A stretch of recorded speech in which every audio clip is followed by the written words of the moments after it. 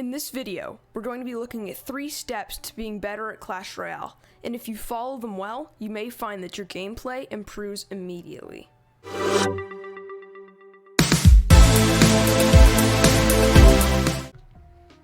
Okay, so before I got started, I wanted to let you know that I stream live on Twitch every Monday, Wednesday, Friday, and Saturday, and then if you wanted to help start a community, check out my Discord.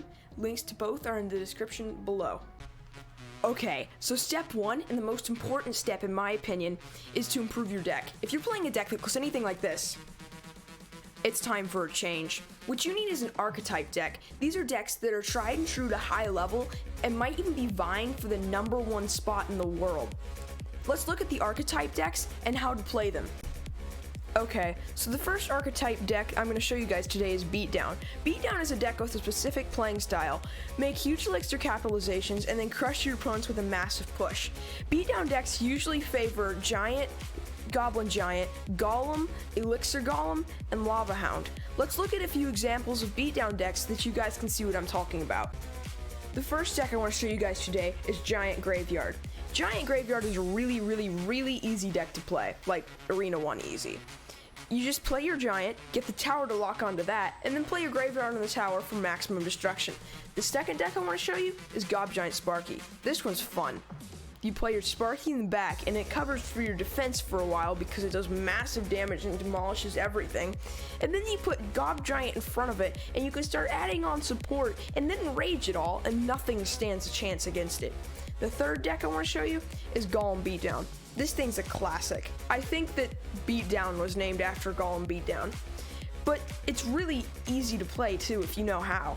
You just have to put down your elixir pumps and make large elixir capitalizations with skeleton dragons and lumberjack and barbarian barrel, all that fun stuff. And so you can play a golem in the back and build a massive push that they can't respond to and just 3-crown them straight up. The fourth deck I want to show you is Elixir Golem Healer.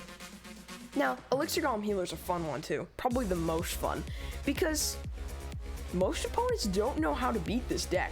This deck is so much fun to play. You just drop your Elixir Golem in the back like you would with a normal Golem, except there's one difference. It saves you 5 elixir because it's only 3. Now, when Elixir Golem dies, it does give the opponent 4 elixir, but Healer makes up for that. Healer will keep Elixir Golem alive so long that they don't know how to respond to it. And then you can add on your Night Witch, Magic Archer, all that fun stuff for an instant win.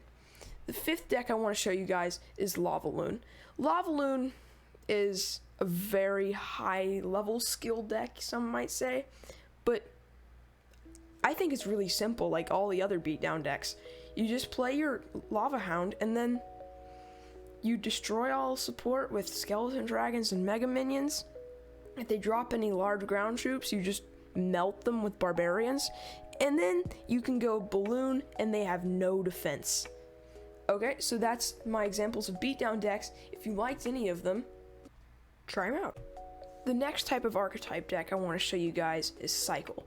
Cycle is a deck that usually has an average elixir cost of about 3 or lower, and it wins by cycling its win condition faster than the opponent can cycle its counter to the win condition. Cycle decks take a lot of skill to play, but once you figure them out, they are the most immensely satisfying decks that you can possibly play. Okay, so the first deck I want to show you guys is Hog Cycle.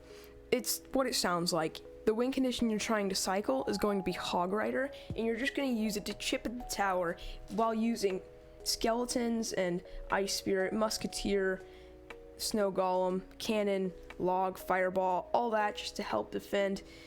You can even block a P.E.K.K.A just with skeletons.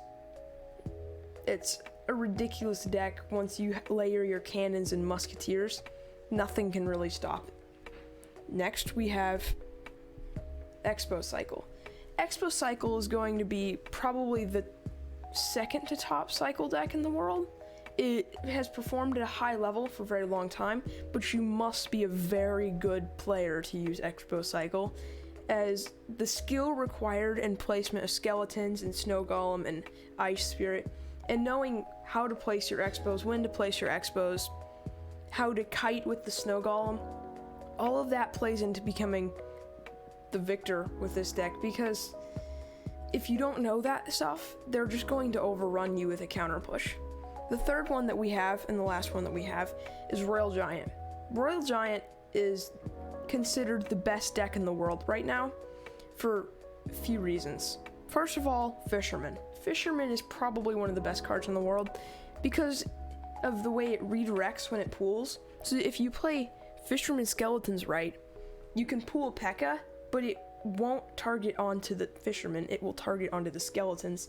And then with Heal Spirit to heal up the Fishermans and Hunter to deal massive damage, this thing, it's hard to beat, and it never seems to die. And then Royal Giant chipping the tower, it's rough. The third type of archetype deck I want to show you guys today is the control deck. Control decks aren't as much an archetype as they are a play style. With the control play style, you wait for your opponents to come to you, and then when they do, you defend, leave your troops on the board, and then use a massive counter push to destroy them utterly. Control decks usually favor cards that can make large elixir capitalizations and stay on the board for a long time, like Inferno Tower, Inferno Dragon, that kind of thing. And some examples of control decks are going to be Zap Bait. Well, Zap and Log Bait. Zap and Log Bait is a deck where you have several cards, so Goblin Barrel, Goblin Gang, and Princess, that all require Zap or Log to be countered. And when your opponent uses their Zap or Log, it opens you up to use the other ones too. So if you put your Princess at the bridge and they log it, then you can go ahead and go with your Goblin Barrel and get a lot of damage on the tower. The second one I want to show you is Minor Poison. Minor Poison goes on the fact that when you play Minor on the tower, most people are going to drop either Goblin Gang or Skeleton Army or something like that to try and counter the Minor as quickly as possible so that it doesn't get much damage. But this goes on that fact and makes the assumption and then poisons the tower as well, getting extra chip damage on the tower and killing any spam units that they may drop, giving the Minor more time to get a lot of damage on the tower. The third one I want to show you is going to be Royal Recruits.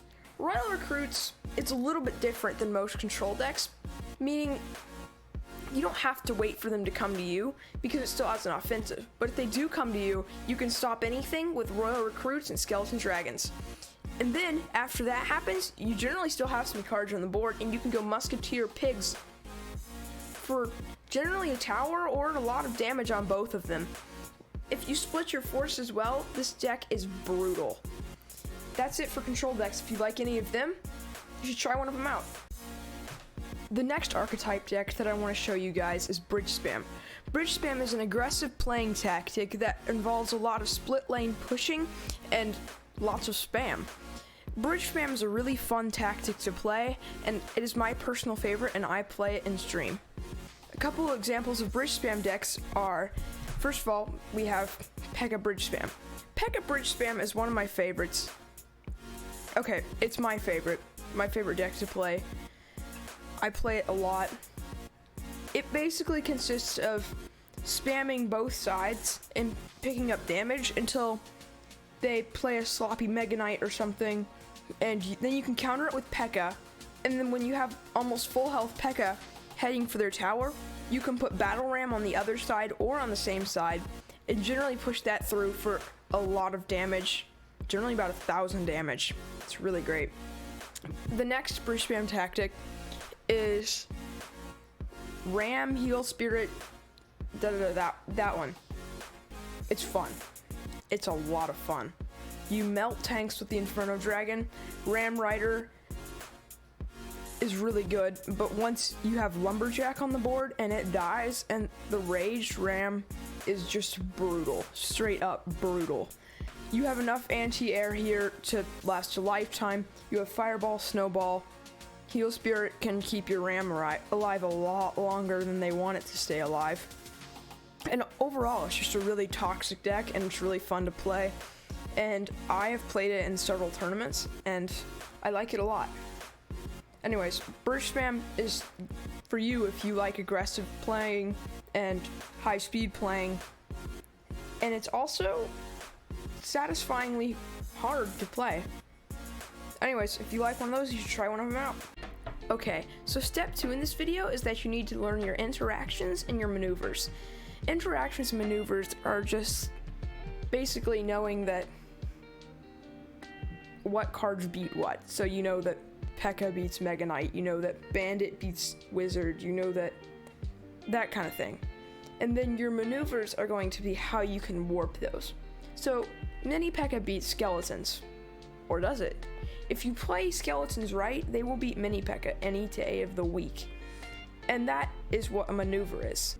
Okay, so now I'm going to be showing you guys some just basic maneuvers that you can do and learn to do. Mini P.E.K.K.A death by Skeletons. So you just place the Skeletons in the middle, it kites the Mini P.E.K.K.A there, and then they do enough damage to the Mini P.E.K.K.A to hurt it, to the point where the tower can kill it. Then, next one I'm going to show you is just a troop split. This is where you place royal hogs or anything else that has more than one troop at the base of the king or anywhere down the middle, and then it just splits your force and you can generally get quite a bit of chip damage that way. Okay, so then for the next one, I'm just going to show you a Tornado King activation. So for the Tornado King activation, you're just going to want to place it onto the troop that you want to activate, like that, and then it'll just pull it to the king and activate it. Okay, so then for the next one, I'll just go ahead and show you a basic kiting maneuver.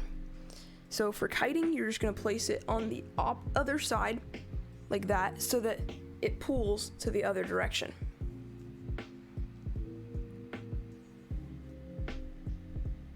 Mega Knight King activation. You can do this to where when the Mega Knight jumps, it pulls it into the middle, like that, and then it goes for the king. It's a very difficult one to do in my opinion, but it works and is very interesting. Okay, so step 3 and the last step is just practice patience and no bad habits, because if you make bad habits on interactions like, hey, I'm gonna block this bandit with my wizard, you're gonna lose every match. Just for real, you're gonna lose every match. But this game is sort of rigged. You will play people with higher leveled cards, and it just takes patience to level up your cards.